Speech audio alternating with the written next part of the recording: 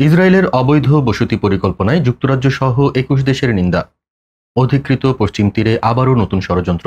Israel ঘোষণা দিয়েছে এমন এক পরিকল্পনা যা শুধু ফিলিস্তিন নয়, গোটা মধ্যপ্রাচ্যকে আরও অস্থির করে তুলতে পারে। ইসরায়েল পূর্ব জেরুজালেমের পাশে প্রায় ১২ বর্গ কিলোমিটার জমিতে ৩,৪০০টি নতুন ইহুদি বাড়ি তৈরি করতে যাচ্ছে। এই বসতি পরিকল্পনা কার্যকর হলে পশ্চিম তীরকে জেরুজালেম থেকে আলাদা করে দেওয়া হবে, যার মানে ভবিষ্যতে ফিলিস্তিনি রাষ্ট্রের রাজধানী গড়ে ওঠাই প্রায় অসম্ভব হয়ে পড়বে। এমন পদক্ষেপের কড়া বিরোধিতা করেছে যুক্তরাজ্য, অস্ট্রেলিয়া, জাপান সহ ২১টি দেশ। যৌথ বিবৃতিতে তারা ইসরায়েলকে আন্তর্জাতিক আইন ভঙ্গকারী রাষ্ট্র হিসেবে চিহ্নিত করেছে। শুধু তাই নয়, অবিলম্বে এই পরিকল্পনা প্রত্যাহারের আহ্বান জানানো হয়েছে।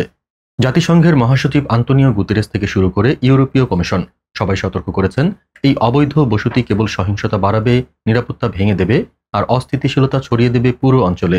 প্রশ্ন হলো, ইসরায়েল কি থামবে, নাকি ফিলিস্তিনের ভূমি গিলে খাওয়ার এই আগ্রাসী খেলা আরও ভয়ঙ্কর পরিণতি ডেকে আনবে? সত্যটা জানার জন্য চোখ রাখতে হবে আগামী দিনগুলোর দিকে।